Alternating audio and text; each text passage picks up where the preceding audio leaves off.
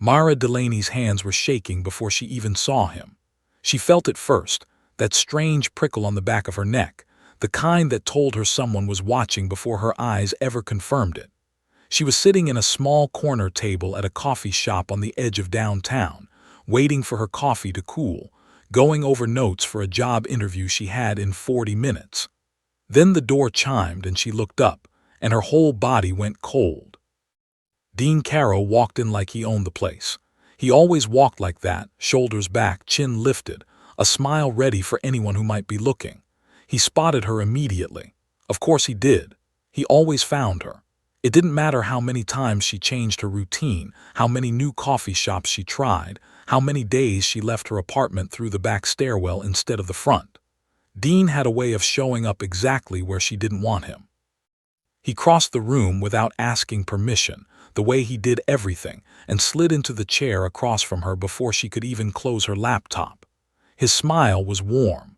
To anyone watching, it would look like an old friend saying hello, but Mara knew that smile. She had spent 2 years learning every version of it, every layer underneath it, and this one had teeth. "You look surprised to see me," he said, voice smooth and low, "almost like you didn't want me to find you." "Dean," her voice came out steadier than she felt, "you need to leave." "I just want to talk, that's all, 5 minutes." He leaned forward, elbows on the table, and for a moment his hand brushed hers before she pulled it away. "You changed your number. Did you know that hurt me? After everything." "After everything," she repeated, and something in her chest tightened, because everything was exactly the reason she never wanted to see him again. Everything was the reason her hand still shook when a car slowed down near her on the street, the reason she still checked twice before opening her own front door, the reason she had spent the last 4 months rebuilding a version of herself that didn't flinch at raised voices. "You look thin," Dean said, tilting his head, studying her the way he used to study a problem he was about to fix by force. "Are you eating? Are you sleeping? I worry about you, Mara. Nobody else worries about you the way I do." She felt the panic rising in slow, cold waves, the kind that didn't shout, the kind that just quietly shut every door in her mind until there was nowhere left to run. Her interview was in less than 40 minutes. Her hands were cold. Her coffee had gone untouched. And Dean was still talking, still leaning closer, still using that voice that used to convince her that leaving him would be the biggest mistake of her life. That was when she noticed him. A man sitting 2 tables away, alone, a paperback book open in his hands, upside down. She almost laughed despite everything. He wasn't reading it. He was watching her carefully, the way someone watches a situation they aren't sure they should get involved in but can't quite look away from either. He had messy brown hair, a coat that looked slightly too big for him, and eyes that kept flicking toward Dean like he was measuring the distance between the 2 tables. Mara didn't think. She didn't plan it. Her body moved before her mind caught up. She stood, walked the 3 steps to his table and grabbed his hand like it belonged to her. "Sorry I'm late, baby," she said, loud enough for Dean to hear every word. "Traffic was terrible." The stranger blinked once, just once, and then something shifted behind his eyes, a decision made in less than a second, and he stood up smoothly, wrapped his free hand around her waist like it was the most natural thing in the world and said, "No trouble. I ordered for you already." Dean's face changed. The warmth drained out of it in an instant, replaced by something colder, harder, more familiar to Mara than she wanted to admit. His eyes moved from her to the stranger and back again, calculating, trying to decide if this was real or if he had caught her in a lie. "Your husband," Dean said flatly. "Since when do you have a husband?" "Since about 8 months ago," the stranger said before Mara could answer, and his voice was calm, almost bored, like this was a conversation he'd had 100 times before. "Small wedding. We didn't want to fuss." He turned to Mara, and there was something gentle in the way he looked at her, something that made the panic in her chest loosen just slightly. "Ready to go, love. We're going to be late for the thing." "The thing," Mara echoed, nodding too fast. "Right, the thing." Dean stood slowly, and for a moment Mara thought he was going to say something else, something sharp, something meant to unravel the story in front of them both. Instead, he just smiled again, that same practiced warmth sliding back over his face like a mask clicking into place. "Well," he said, "congratulations, I had no idea." His eyes lingered on Mara a moment longer than necessary. "We should catch up sometime, all three of us." "We're pretty busy," the stranger said, still holding her hand, his grip firm but not tight, steady in a way that made her realize how much she had needed something steady to hold on to. Newlyweds and all that. Dean's jaw tightened almost imperceptibly. Then he nodded, turned, and walked out of the coffee shop without looking back.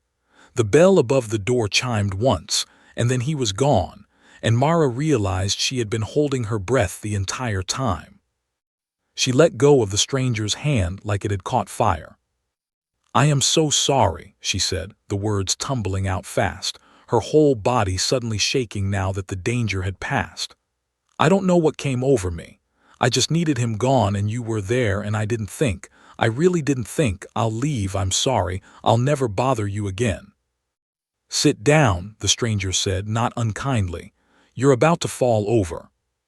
She hadn't realized her knees had gone weak until he said it. She sank into the chair across from him, the same one Dean had been sitting in moments before, and pressed both hands flat against the table to stop them from shaking. "Who was that?" the stranger asked.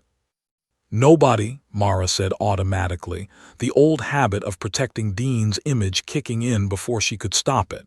Then she caught herself, hearing how ridiculous it sounded. "My ex. He doesn't take being an ex very well." "I gathered that." The stranger studied her for a moment, and there was nothing pitying in the way he looked at her, which she was grateful for. Pity would have made her feel small. This was just quiet attention, the kind that made her feel seen instead of examined. "You looked like you needed a way out. I figured I'd give you one." "You didn't have to." "No," he agreed, "I didn't." There was a pause between them, comfortable in a strange way considering neither of them knew the other's name 5 minutes ago. Mara studied him properly for the first time. He had an easy stillness about him, the kind of calm that felt earned rather than natural, like he had trained himself to be steady in moments that would rattle other people.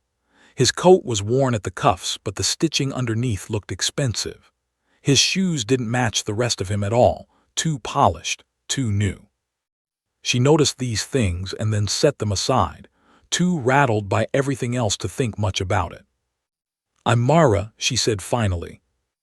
"Elias," he said, and offered his hand again, this time properly, like they were meeting for the first time even though they had just pretended to be married in front of her ex. She shook it, and there was something almost funny about the formality of it after what had just happened. "I have an interview in 30 minutes, Mara said, glancing at her phone. "I can't believe I still have to go do that after all this." "Then go," Elias said. "Don't let him take that from you too." Something in the way he said it made her look at him more closely. It wasn't just a kind thing to say. It sounded like he understood exactly what it meant to have pieces of your life taken from you by someone who wasn't supposed to have that kind of power over you. She wanted to ask him about it, but her phone buzzed with a reminder, and she realized she really did need to leave. "Thank you," she said, standing, gathering her things quickly. "Really, I mean it. I don't know what would have happened if you hadn't." "It's fine," Elias said, waving a hand. "Go get the job." She hesitated at the door, looking back at him one more time. He had already picked his book back up, right side up this time, and there was the faintest smile on his face, like he found something quietly amusing about the whole situation. She didn't understand it yet, not really, not the coat that didn't match the shoes. Not the calm that felt too practiced for an ordinary man drinking coffee alone on a Tuesday morning. But she filed it away, the way you file away a strange detail in a dream, and pushed through the door into the cold air outside. She didn't know, walking away from that coffee shop with her heart still pounding and her interview notes crumpled in her bag, that she would see him again within the week. She didn't know that the favor she had asked without asking, the lie she had told without planning it, was about to become the strangest arrangement of her life. All she knew in that moment was that, for the first time in months, walking away from a place Dean had just been in, she didn't feel like she was still running.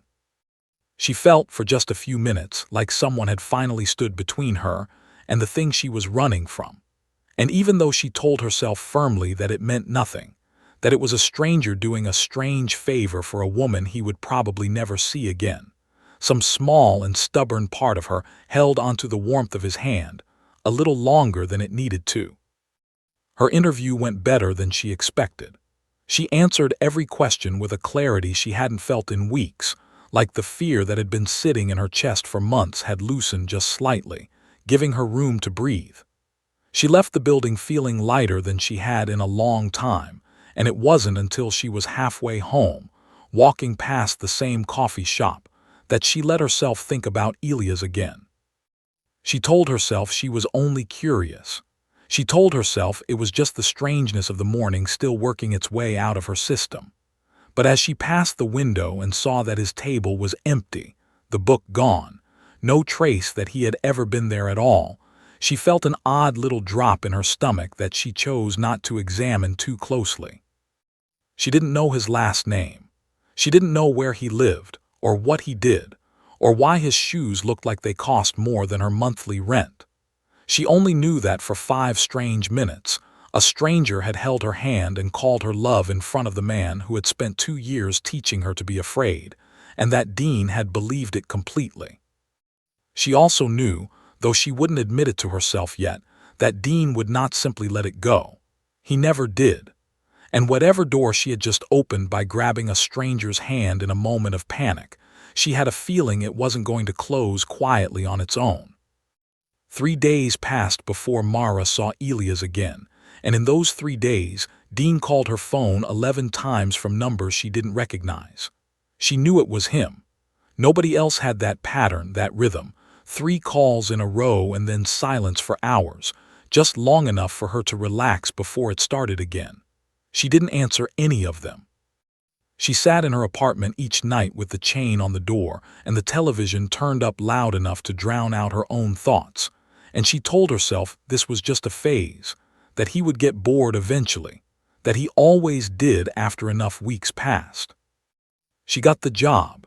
The interview she had rushed off to after the coffee shop had gone well enough that they called her back 2 days later with an offer, a junior design position at a small publishing house downtown. It should have felt like the best week of her year. Instead, it felt like she was celebrating with one eye on the door. On the 4th day, she stepped out of her apartment building to find Dean standing across the street, leaning against a lamppost like he had all the time in the world. He didn't approach. He didn't call out. He just stood there, watching her, and when she turned to walk in the opposite direction, she saw him start walking too, matching her pace from across the street, close enough that she could feel him there without looking.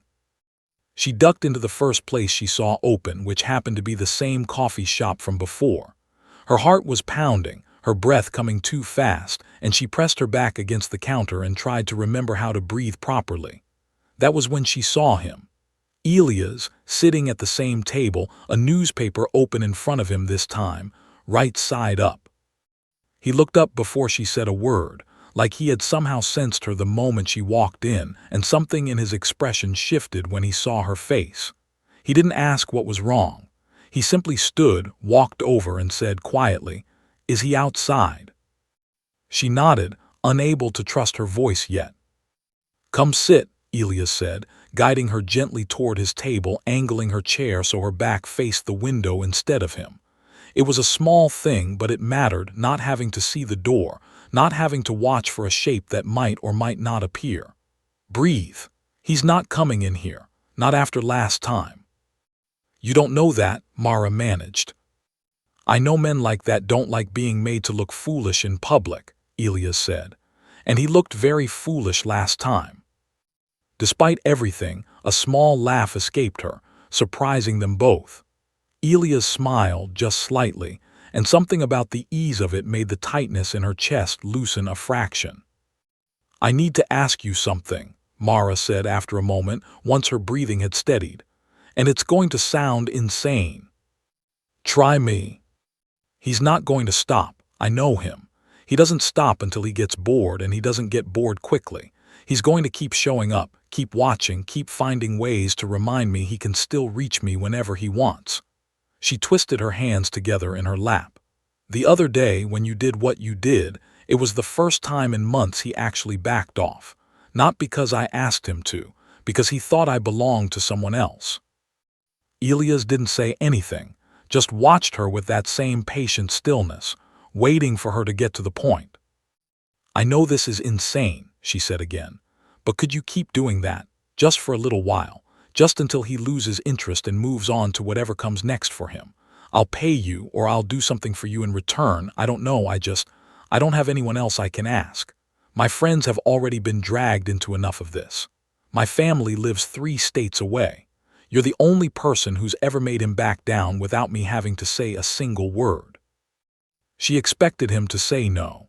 She had practically prepared herself for it while she was talking, building the apology she would need to offer once he politely declined and excused himself from her chaos. Instead, Elias was quiet for a long moment, studying her with an expression she couldn't quite read, something thoughtful and a little sad at the same time. I won't take money, he said finally. Then what do you want? Nothing complicated, just let me help. That's all I'm asking in return. No payment, no strings, nothing owed. He paused. But I do have one condition. Anything. If he ever gets physical, if he ever crosses a line that scares you in a way you can't talk your way out of, you call the police first and me second. Not the other way around. Promise me that. Mara felt something tighten in her throat, unexpected and warm, the ache of being cared for by someone who had no reason to care at all. I promise, she said. Good. Elias leaned back in his chair, some of the seriousness leaving his face. Then I suppose I'm your husband for the foreseeable future. Should we discuss our wedding story? People will ask. We should probably agree on details. Mara found herself laughing again, real laughter this time, the kind that startled her with how unfamiliar it felt in her own chest. You're taking this very seriously. I take pretending very seriously, Elias said. It's one of my better skills. Over the next 2 weeks, the arrangement settled into something strange but workable. Elias appeared at exactly the right moments, always somehow nearby when Dean tried something. A coincidence so consistent that Mara eventually stopped questioning how he managed it and simply accepted the relief of it. He showed up at a mutual friend's dinner party after Dean got himself invited through a connection Mara hadn't even known they shared. He waited outside her apartment building one evening when Dean's car was parked across the street for 3 hours straight, standing there with 2 cups of coffee and a story ready about how they'd just come back from a movie together, laughing at some private joke loud enough for Dean to hear through his rolled-down window. Each time, Dean backed off a little further, a little more confused, a little less certain of his footing. And each time, Mara found herself looking forward to seeing Elias again in a way that had nothing to do with Dean at all. She learned small things about him during those weeks, pieces gathered slowly, the way you gather details about someone when neither of you is trying too hard to reveal anything. He never talked about his job directly, always deflecting with a joke or a change of subject. He paid for things with a black card that had no name printed on the front, just a series of numbers, and he always covered it with his thumb before she could look too closely. He knew how to order wine like he'd been trained to do it effortlessly, without checking the price first.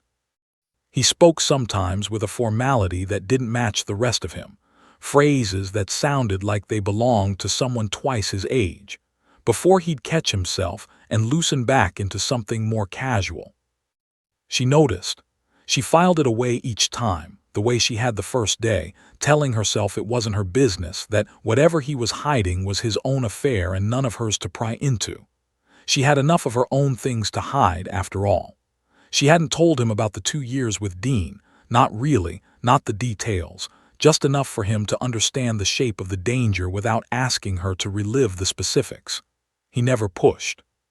He let her offer only what she wanted to offer, and that restraint, more than anything else, was what made her trust him. It was at the mutual friends' dinner party, 2.5 weeks into their arrangement, that things began to shift into something Mara hadn't expected. The dinner was at the home of a woman named Priya, a friend from Mara's old design job, someone kind but talkative, the sort of person who collected interesting acquaintances the way other people collected books. Elias came as her husband, as always, playing the part with the same easy warmth he always brought to it, refilling her wine glass before she asked, resting a hand on the small of her back when they walked into a crowded room, small gestures that had started to feel less like performance and more like habit. Partway through the evening, while Mara was in the kitchen helping Priya plate dessert, she heard a commotion from the living room, a gasp, then hushed voices, then the unmistakable sound of someone dropping a glass. She rushed back in to find a woman she didn't recognize, an older guest with silver hair and a string of pearls, staring at Elias with wide eyes, one hand pressed to her chest. "I am so sorry," the woman was saying, flustered, bending to pick up the shattered pieces of glass at her feet. "I didn't recognize you, I did. I just wasn't expecting, forgive me, Your Grace. I didn't mean to make a scene." The room went quiet in a way that felt heavy, thick with a silence that had questions buried inside it. Mara felt her stomach drop, cold and sudden, as every head in the room turned first toward the woman and then toward Elias, whose easy expression had gone carefully, deliberately blank. "You must be thinking of someone else," Elias said smoothly, already moving to help gather the broken glass, using the motion to change the subject, to shift attention away from the words that had just been spoken. But the woman was already being pulled away by her husband, whispering something Mara couldn't quite catch, and the damage of those two words hung in the air like smoke that refused to clear. "Your Grace." Mara stood frozen for a moment, the dessert plate still in her hands, watching Elias smile and laugh off the moment with practiced ease, watching the other guests slowly return to their conversations, watching Priya shrug it off as an old woman's confusion. But Mara's mind was already turning over every strange detail from the past 2.5 weeks, the black card with no name, the expensive shoes under the worn coat, the way he ordered wine like he'd been raised knowing which glass to hold and how, the formal phrases that slipped out and were quickly corrected, the calm authority he carried into every room he entered, the way people sometimes glanced at him twice without knowing why. She said nothing for the rest of the party. She smiled when it was expected, laughed at the right moments, played her part as well as he played his. But underneath the performance, something had shifted, some quiet certainty settling into place that the man she had been calling her fake husband for 2.5 weeks was not exactly who he had told her he was. On the drive home, sitting beside him in the back of a car he had called without hesitation, one that arrived faster and looked nicer than any car Mara had ever been able to afford herself, she turned to look at him properly, studying the line of his jaw in the passing streetlights, the careful stillness that had returned to his posture the moment the party ended. "Elias," she said quietly. "Yes." "Who are you?" He didn't answer right away. He looked out the window instead, at the city sliding past, and for the first time since she'd met him, he looked like a man deciding how much of the truth he was willing to give away. "Not tonight," Elias said finally, still watching the window, "not in the back of a car." "That's not an answer." "No," he agreed, "it isn't." Mara didn't push further that night, though the question sat between them for the rest of the ride, unanswered and impossible to ignore. When the car stopped outside her building, he walked her to the door as he always did, and for a moment she thought he might say something more. Instead, he simply told her to lock up properly, waited until she was inside, and left without another word. She didn't sleep well. She lay awake replaying the woman's voice, the two words that had cracked open something she hadn't realized she'd been avoiding looking at directly. "Your Grace." She thought of dukes only from historical dramas, men in old paintings with titles attached to enormous houses and enormous responsibilities. Nothing that belonged in the modern world. Certainly nothing that belonged in a downtown coffee shop reading a book upside down. And yet the pieces fit together with an uncomfortable neatness, once she let herself actually look at them. Dean's presence in her life had gone quiet for nearly a week after the incident with the car outside her apartment, and Mara had allowed herself to believe, cautiously, that maybe it was finally over. That belief lasted exactly 6 days. On the 7th, she left her new job in the early evening, tired but pleased with how the day had gone, and found an envelope tucked under the windshield wiper of her car. No stamp. No mail carrier had delivered it. Someone had placed it there by hand. Inside was a single photograph of her, taken that same morning as she left her apartment, and beneath it, in Dean's familiar handwriting, 3 words: "I still know." Her hands went numb holding the paper. She looked around the parking lot, scanning every parked car, every shadow between the streetlights, and saw no one. That was almost worse than seeing him standing there would have been. It meant he could be anywhere. It meant he had been close enough to leave the photograph without her noticing, close enough to watch her morning routine without her ever catching a glimpse of him. She called Elias before she even finished walking to her apartment, her voice shaking as she read him the words on the note. He was at her door within 20 minutes, and this time there was no easy warmth in his expression, no trace of the playful husband routine. His face was tight, focused, the calm he usually wore replaced by something sharper. "I need you to tell me everything," he said, sitting across from her at her kitchen table. "Not the version you've been giving me, everything. What he did before, what he's capable of. I need to understand exactly what we're dealing with." Mara wrapped her hands around a mug of tea she wasn't drinking, and for the first time since she'd met him, she told him the full truth. She told him about the 2 years, about how it started so gently she hadn't noticed the walls closing in until they were already built around her, about the isolation that came disguised as devotion, about the fear that had become so ordinary to her that she'd almost forgotten what it felt like to walk into a room without checking the exits first. She told him about the night she finally left, about the 6 months of silence that followed, about how she'd started to believe, foolishly, that 6 months of silence meant it was truly over. Elias listened without interrupting, his jaw tightening at certain details, his hands folding into loose fists on the table before he consciously relaxed them again. When she finished, the silence in the kitchen stretched long and heavy. "I should have told you all of this from the start," Mara said quietly. "It wasn't fair to drag you into this without you knowing the full weight of it." "You don't owe me your whole history to deserve help," Elias said, "but thank you for trusting me with it." "Now it's your turn," she said. "I told you the woman at the party wasn't wrong, didn't I? You didn't correct her." Elias exhaled slowly, and something in his posture shifted, the easy stranger from the coffee shop giving way to someone older, someone carrying more weight than his casual clothes and worn coat had ever suggested. "My full name is Elias Whitmore Ashcombe. My family holds a title, Duke of Aldermere, if you want the specific words for it, though I've spent most of my adult life trying to avoid using them." "A duke," Mara repeated, the word still strange in her mouth even though she had already half suspected it. "A very ordinary duke, if such a thing exists," Elias said, with the ghost of a smile. "I came to this city 3 months ago under a different name, staying somewhere no one would think to look, because I wanted one stretch of time where people spoke to me because they wanted to, not because of what my family owns or what my signature is worth.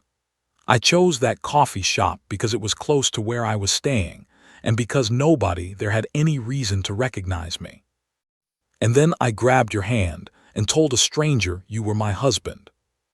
"And then you grabbed my hand," Elias agreed, "and for the first time in 3 months someone needed something from me that had nothing to do with my title at all.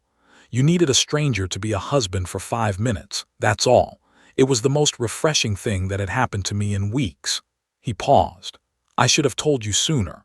I didn't because the moment people know, everything changes. The way they talk to you, the way they hold themselves around you.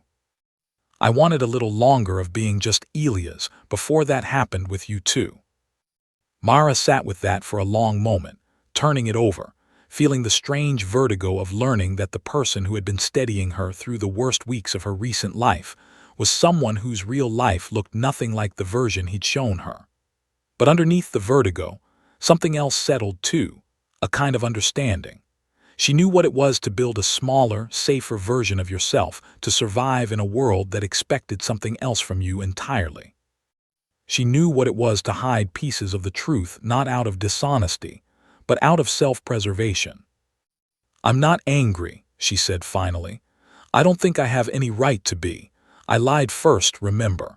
I told a room full of people you were my husband before you'd even told me your last name." "To be fair," Elia said, "you also weren't wrong. I have been rather husband-like these past few weeks." She laughed despite everything, and the tension in the kitchen loosened just slightly, enough for both of them to breathe again. But the photograph was still sitting on the table between them, a reminder that laughter was a small and temporary thing against what Dean had shown he was capable of. "What do we do about him?" Mara asked, nodding toward the note. "We document everything from here," Elias said, his tone shifting back into something practical, focused. "The photograph, the note, every call, every time he's shown up somewhere he shouldn't be. I know people, real people, lawyers and security professionals who handle exactly this kind of situation for families like mine, and they don't ask questions about why an ordinary woman from a design job needs their help. I'll make sure of that." "You'd do that?" "I already am doing it," Elias said. "The only question is whether you'll let me do it properly instead of quietly in the background like I've been trying to." Mara looked at him for a long moment, at the seriousness in his expression, the complete absence of performance in it now, and she realized that somewhere in the past few weeks, without either of them announcing it, the fake husband routine had stopped being entirely fake. She didn't know what to call the thing that had grown in its place. She wasn't sure she was ready to name it yet, not with Dean's shadow still stretched over everything, not with a photograph of her own mourning sitting on the table as proof that danger could reach her even when she thought she was alone. "All right," she said, "do it properly." Over the following days, the arrangement Elias put in place moved quickly and quietly. A security consultant reviewed the note and the photograph and flagged the behavior as an escalating pattern, the kind that needed to be taken seriously rather than waited out. A lawyer helped Mara file a formal report, laying out the full timeline from the 2 years with Dean through the recent incidents, building a record that would matter if things continued to worsen. For the first time since she'd left him, Mara felt like the fear she carried was being met with actual structure, instead of just her own exhausted vigilance. But structure didn't make Dean disappear. If anything, the presence of people watching seemed to provoke him further, as though he could sense the walls closing in and was determined to make one last impression before they did. He began showing up at odd hours outside Mara's workplace, always careful to stay just far enough away to avoid any direct confrontation, always gone by the time security or police could be called. He sent flowers to her office with no card attached, which the receptionist innocently placed on her desk before Mara arrived, and the sight of them sitting there when she walked in nearly made her sick. Elia started walking her to and from work most days, no longer bothering with the pretense that it was simply convenient timing. He didn't ask permission, and she didn't offer resistance, both of them understanding without discussing it that this had stopped being about maintaining appearances in front of Dean and had become simply about keeping her safe. In the evenings, when the fear got loud enough that she couldn't focus on anything else, he would sit with her on the small couch in her apartment, not filling the silence with empty reassurances, just present, steady, a wall between her and the version of the world that still wanted to hurt her. It was on one of these quiet evenings, 2 weeks after the photograph had appeared on her windshield, that Mara finally let herself ask the question she'd been avoiding. When this is over, she said, staring at the muted television rather than at him. When Dean is finally actually gone, what happens to us? Elias was quiet for a moment. What do you want to happen? I don't know, Mara admitted. I know what we started as, a favor, a performance for an audience of one terrible man. But it doesn't feel like a performance anymore, not to me. And I don't know if that's real or if I've just gotten so used to being scared that any kindness starts to feel bigger than it actually is.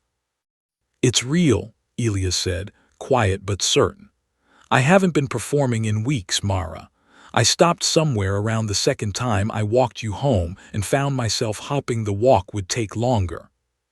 Something warm unspooled in her chest at that, gentle and unfamiliar after months of bracing against every soft thing life offered her, afraid it would turn sharp the moment she let her guard down.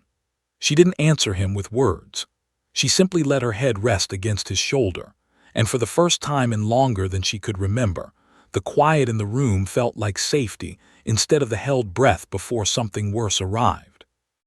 But even as she allowed herself that small, fragile comfort, she knew Dean had not finished making his presence known. The flowers, the note, the photograph, they were not the actions of a man preparing to walk away. They were the actions of a man building towards something, and somewhere in the back of her mind, a part of her that had learned to survive him for 2 long years knew that whatever came next would not be quiet, and it would not be easy, and it would very likely test everything Elias had promised to be for her. The call came from the security consultant on a Thursday morning, while Mara was sorting through sketches at her desk, half listening to the office chatter around her.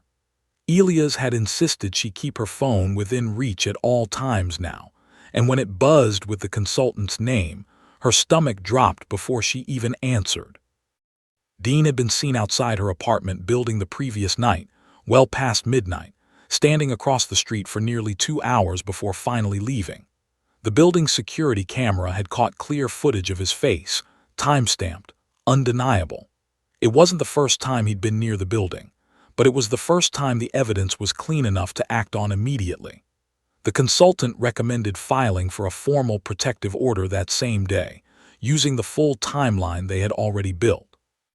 Mara agreed without hesitation, her hands trembling slightly as she signed the digital forms sent to her phone between meetings, grateful that, for once, the system seemed to be moving as fast as her fear. Elias met her outside the courthouse that afternoon. Having rearranged whatever his day had originally held without explanation, simply appearing exactly when she needed someone to appear.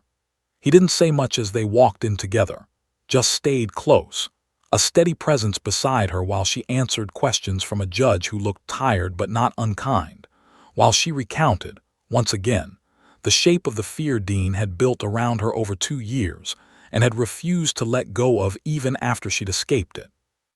The order was granted, a legal boundary drawn in ink, stating clearly that Dean was not permitted within a certain distance of her home, her workplace, or her person.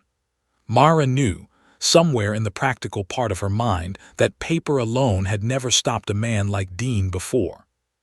But there was something different this time, a structure behind her that hadn't existed the first time she tried to walk away from him, a network of people who had taken her fear seriously from the very first note left on her windshield. That night, sitting on her couch with the paperwork still in her bag, she finally asked Elias the question that had been circling in her mind since the woman at the party had first spoken those 2 loaded words. "Your family," she said. "Do they know you're here? Do they know about any of this?" Elias let out a slow breath, leaning back against the couch cushions. "My mother knows I'm in the city. She doesn't know the specifics. She's used to me disappearing for stretches of time, though she worries more than she lets on." He paused. "There's an event coming up in a few weeks, a formal one tied to the estate, the kind I usually can't avoid no matter how far I run from the title in the meantime.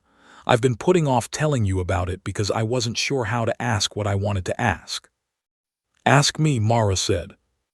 "Come with me," Elias said. "Not as a favor, not as a performance for anyone watching.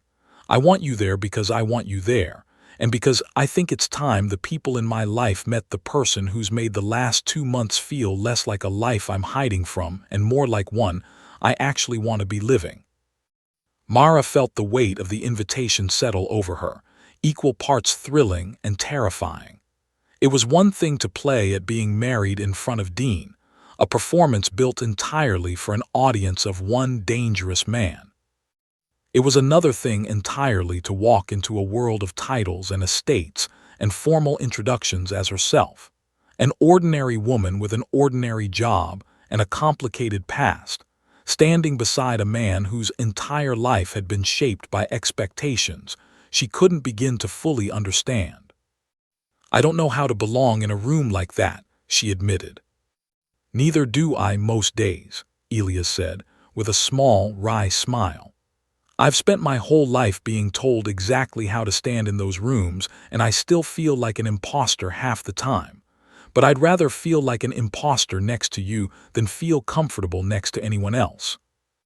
She said yes before she'd fully thought it through, because some decisions, she was learning, were better made with the heart moving faster than the mind could catch up to.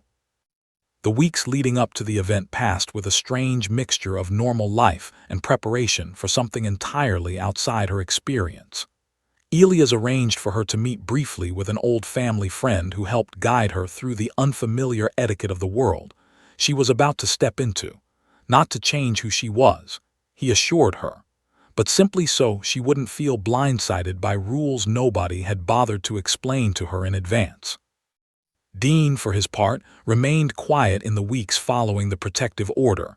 No notes, no flowers, no shapes lingering across the street at midnight. Mara wanted desperately to believe it was over. Some quieter, wiser part of her refused to fully relax into that belief. The event itself took place at an estate 2 hours outside the city, a sprawling property with grounds so vast Mara found herself staring out the car window in genuine disbelief as they approached. The kind of house she had only ever seen in films.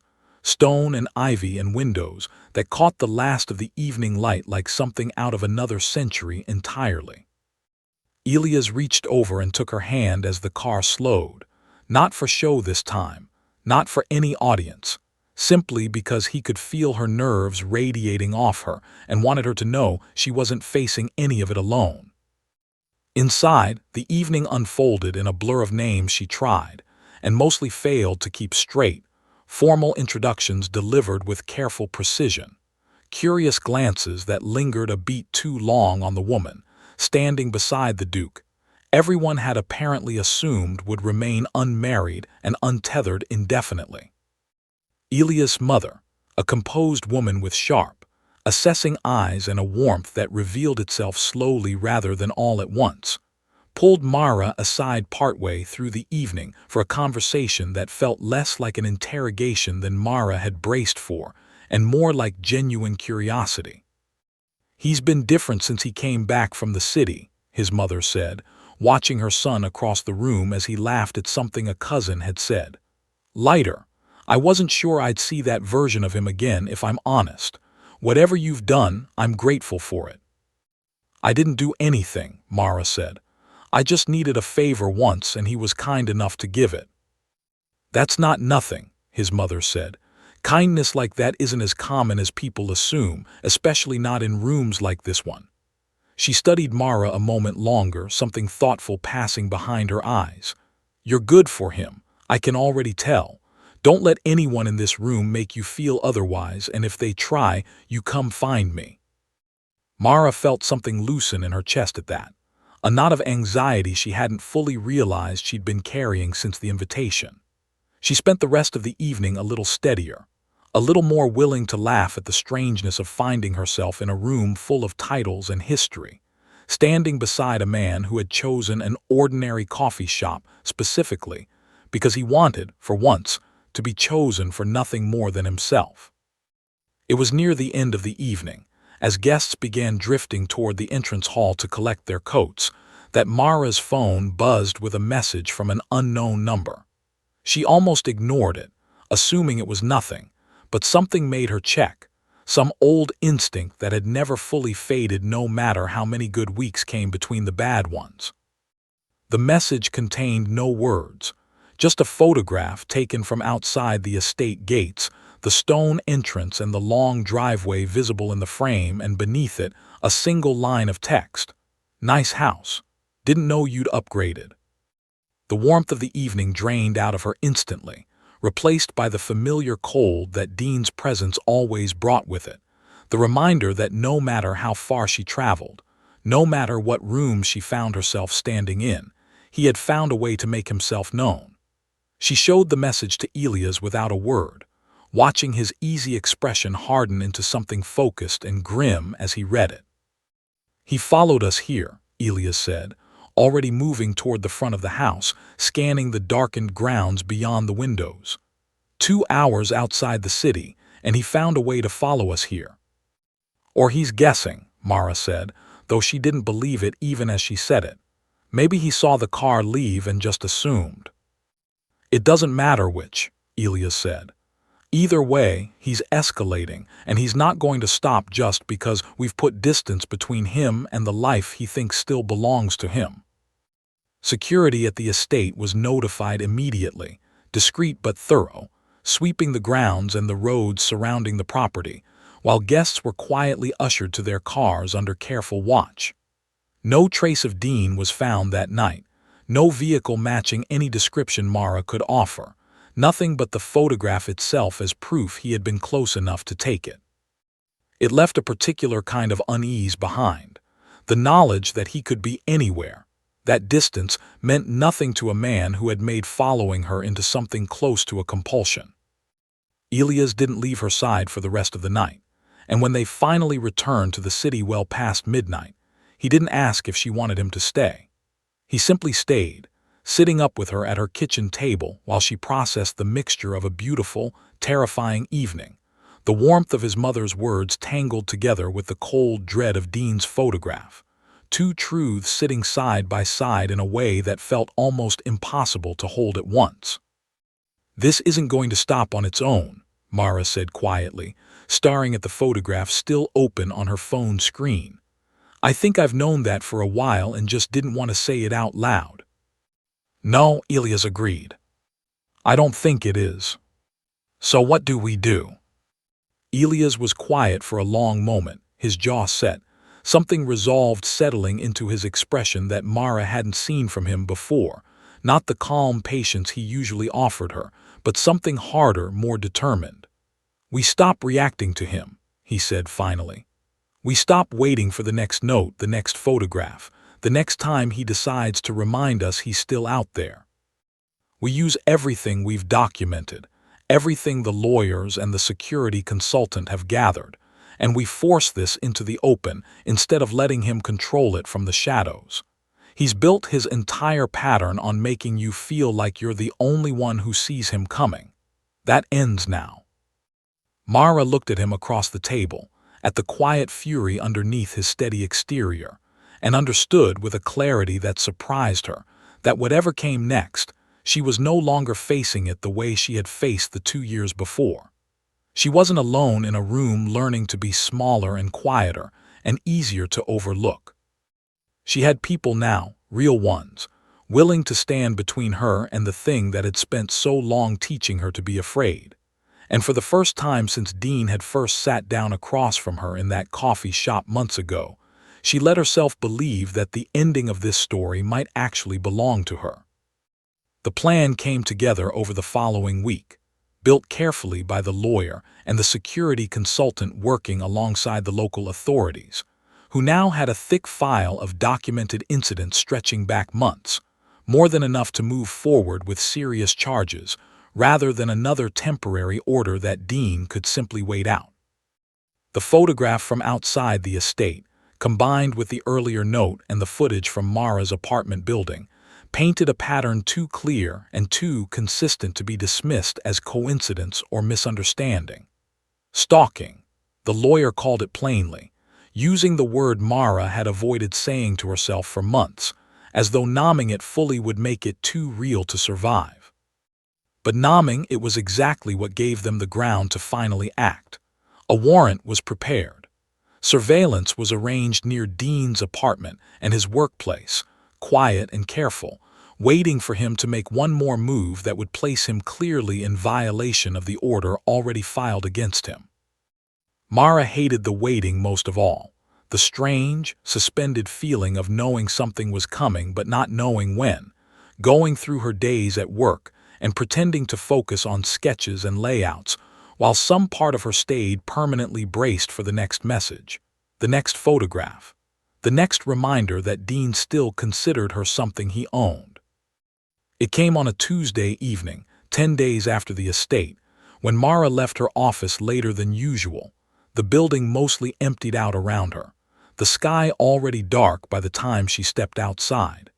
She didn't see him until she was halfway to her car, until his voice cut through the quiet parking lot, closer than any voice should have been able to get without her noticing.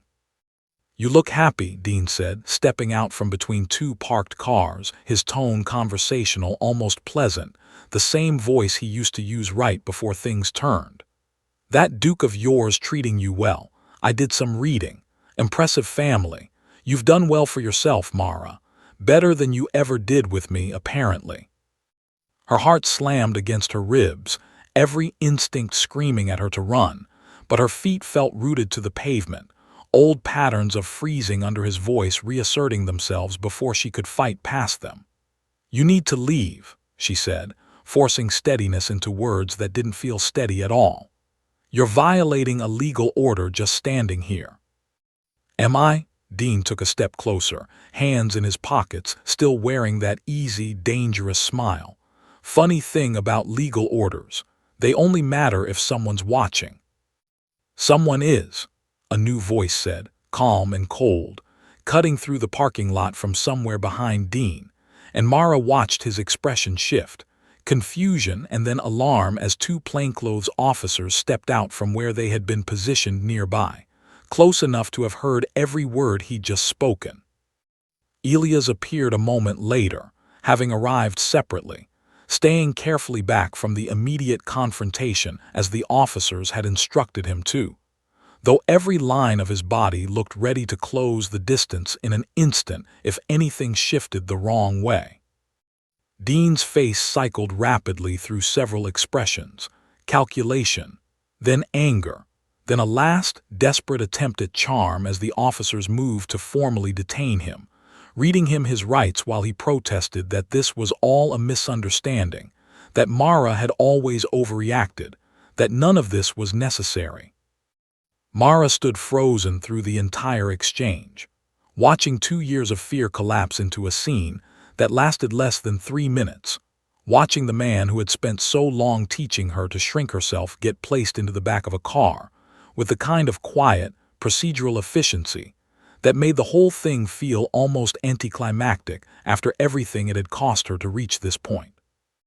It wasn't until the car pulled away, taking Dean with it, that her knees finally gave out, and it was Elias who caught her before she hit the ground, wrapping both arms around her while she shook, not from fear this time, she realized slowly, but from the sheer release of a tension she had been carrying for so long she had almost forgotten what it felt like to exist without it.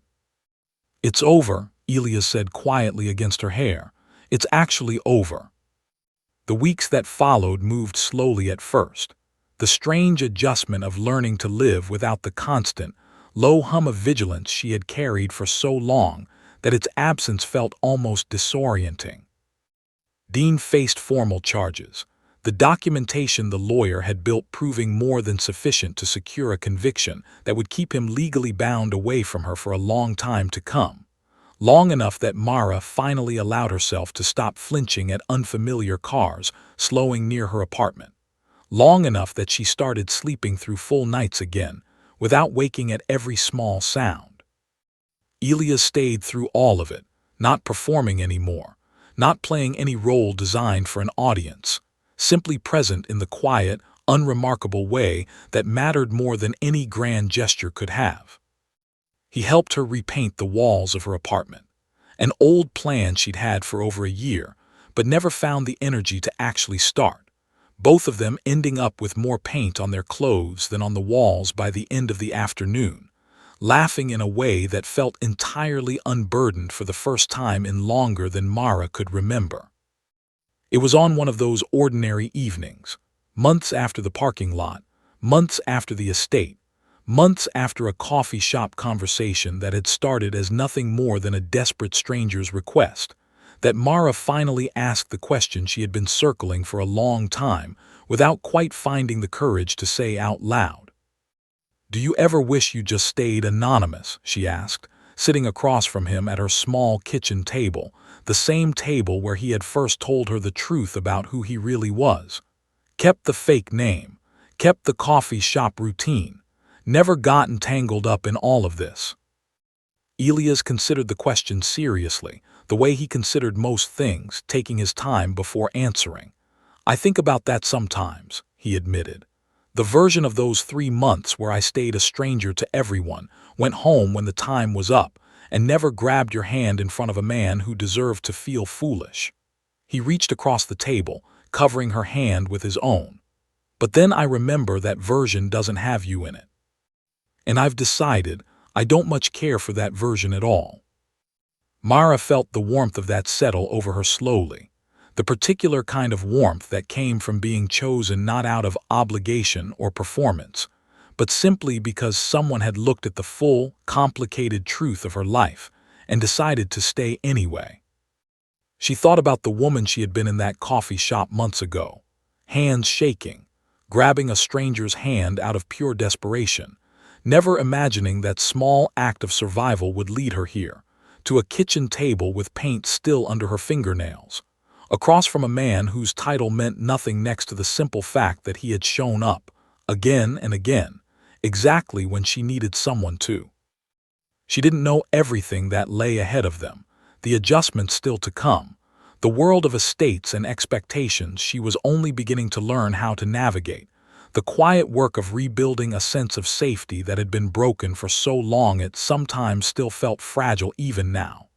But she knew, sitting there with his hand over hers, that whatever came next, she wasn't facing it the way she had faced the 2 years before, small and afraid and alone in a life someone else had shaped around her. She was facing it as herself, chosen and steady, in a life she had finally fully chosen right back.